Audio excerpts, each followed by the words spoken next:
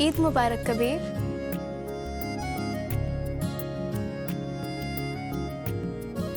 कबीर, आप हमें ऐसे क्यों देख रहे हैं? हम खुदा के उस तोहफे को देख रहे हैं जिसे देखकर जिब्राइल अलैहिस्सलाम को भी नाज आ जाएगा, हमारी खूबसूरत सी बेगम को। या अल्लाह। मतलब आज सुबह सुबह इतना प्यारा।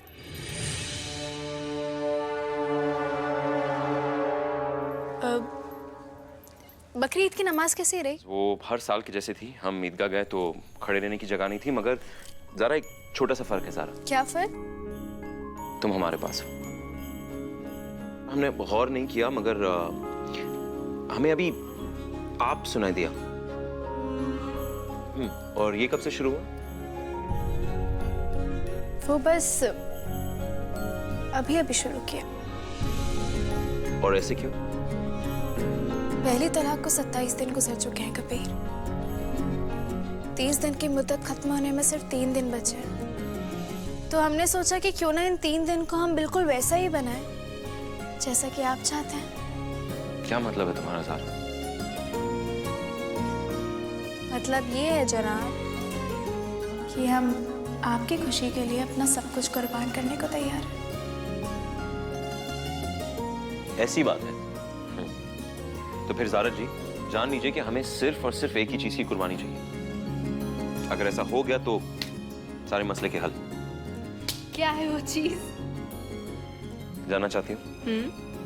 तुम्हारी जिद।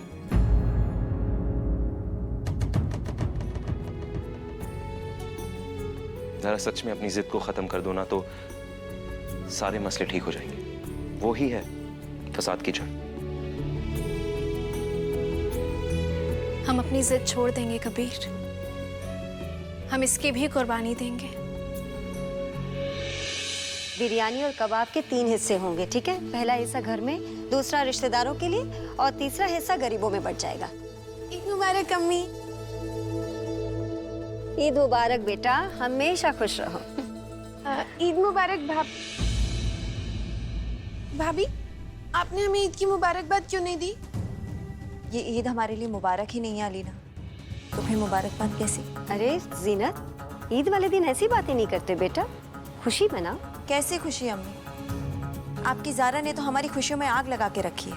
लोग तरह तरह की बातें कर रहे हैं। माफ कीजिएगा अम्मी, मगर हमें इस शहर में रहना है। अगर लोग हमें ऐसे देख के ताना कसेंगे तो फिर हमें तो सांस लेनी भी मुश्किल हो जाएगी।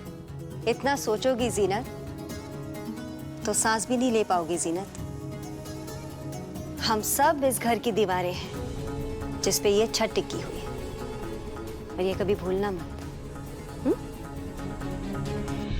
अम्मी जान, भाभी जान, ईद मुबारक। ईद मुबारक बच्चे, ईद ईद मुबारक। मुबारक। ईद मुबारक। आपको बकरी ईद की बहुत बहुत मुबारकबाद, और भाभी जान आपको भी। भाभी ईद मुबारक। वैसे अम्मी, अबू जान नजर नहीं आ रहे? अबू स्टडी में है बेटा। हम अभी उनसे मिलकर आते हैं। हाँ हाँ बिल्कुल। हम भी चलते हैं। हाँ जरूर आओ। जी ठीक है, जैसे ही नीलूफर बीबी की पोस्टमार्टम रिपोर्ट आए आप हमें इत्तला कर दीजिएगा। शुक्रिया। अस्सलाम वालेकुम अब्बू। अस्सलाम वालेकुम अबू। वालेकुम अस्सलाम बेटा, वालेकुम अस्सलाम। ईद मुबारक। ईद मुबारक बेटा, ईद मुबारक। मौलवी की पढ़ाई करके लौटने के बाद ये तुम्हारी पहली बकरी ईद है। इसी बात पर हमने इस घर में कुछ इंतजाम रखवाया। हमने आज दावत रखी है अबू। दावत? जी भाई तुम जानते हो ये घर किन हालात से गुजर रहा है। लोग तरह तरह के सवाल उठा रहे हैं हम पर। ऐसी मुश्किल की घड़ी में तुम दावत रखना चाहते हो? अबू, इसीलिए तो हमने दावत रखी कि घर वालों का ध्यान हटे थोड़ा सा। आज खुशी का दिन है, जश्न का दिन है, तो हमने सोचा अबू हम नहीं चाहते कि अहमद खानदान का कोई भी रिवाज खत्म हो। अगर आप कहते तो हम। चलो ठीक है, जो तुम्हें ठीक लगे। जी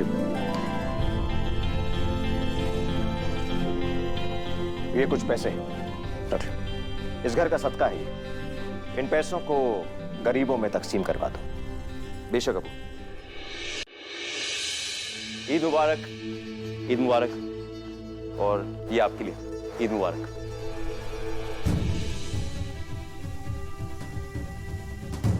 ईद मुबारक। रुकिए कबीर साहब।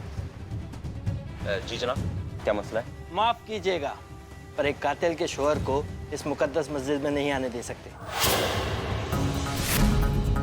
अच्छा, तो सबसे पहली बात जनाब, ये तुम्हारा घर नहीं, खुदा का घर। और दूसरी बात, बिल्कुल सही कहा तुमने कि ये मुकद्दस थी, है और इंशाअल्लाह हमेशा रहेगी, और किसी झूठी अफवाह की वजह से इसकी शान घट नहीं सकती।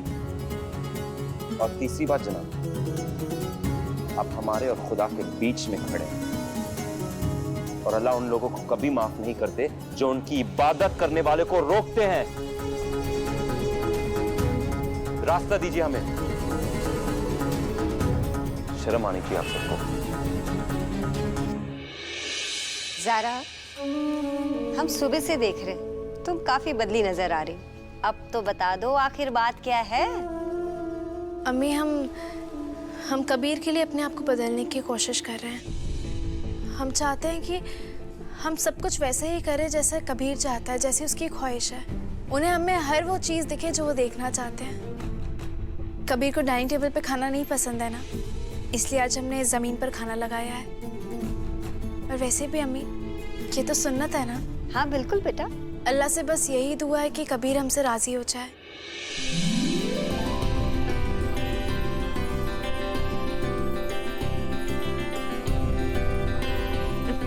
सारा, जी भाभी। ये क्या खिला रही हो तुम कबीर को आज?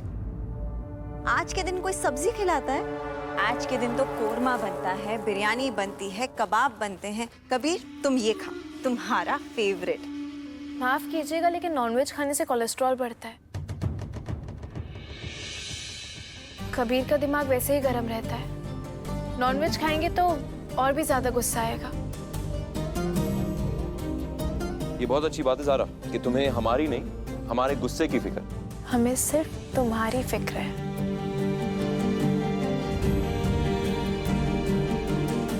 और वैसे ये बहुत लजीज है, खाकर देखो। खाते हैं।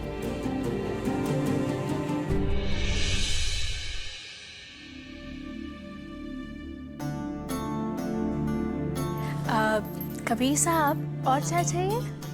नहीं, हम ठीक हैं। कबीर साहब, आपकी इजाजत हो तो क्या हम अपने अम्मा अब्बा से मिलने जा सकते हैं? आप अपने शौहर से इजाजत ले रही? जी बताइए। जी बिल्कुल नहीं। कबीर, हमें तुमसे बात ही नहीं करनी है। तुम अम्मा अब्बा के पास जाने से मना करो। तुम ना? हमारा मतलब है कि कबीर साहब, आप हमें अम्मा अब्बा के यहाँ जाने देना। वो बस एक दफा उन्हें ईद मुबारक कहना है। कुछ कम लग रहा है। प्लीज। थोड़ा सा और। अरे जान, मतलब हम भूल गए थे कि हमें आपके साथ नरमी से पेश आना है। चलिए ठीक है, अगर आप नहीं चाहते हैं कि हम अम्मा अब्बा के पास जाके उन्हें ईद मुबारक कहें तो हम नहीं चाहते। आप जैसा कहें। ठीक है, मत जाओ। जैसा आप कहें कबीर जनाब। जैसा आप कहें कबीर जनाब। ज़ारा, क्या कर रही हो तुम? इतना फर्माबरदार बनने की जरूरत नहीं है ज़ारा। तुम जा सकती हो, जरूर जा सकती हो, मगर अकेले नहीं। अकेले नहीं मतलब ये कि हम भी तुम्हारे साथ चलेंगे। अगर हम अपने ससुर को बकरीद के दिन सलाम करने नहीं गए तो लोग क्या कहेंगे कि नालायक सा दामाद है और वगैरह वगैरह। तो हम जाएंगे तुम्हारे साथ। आपका बहुत बहुत शुक्रिया जनाब। नहीं जा सकती हो तुम। जब तक कि ये आप और जनाब बंद नहीं किया ना तुमने, तो नहीं जा सकती तुम, बिल्कुल नहीं जा सकती हो। ज़ारा, ये ना नकली मालूम होता है, एहतराम दिल में होता है, लफ्जों पर नहीं।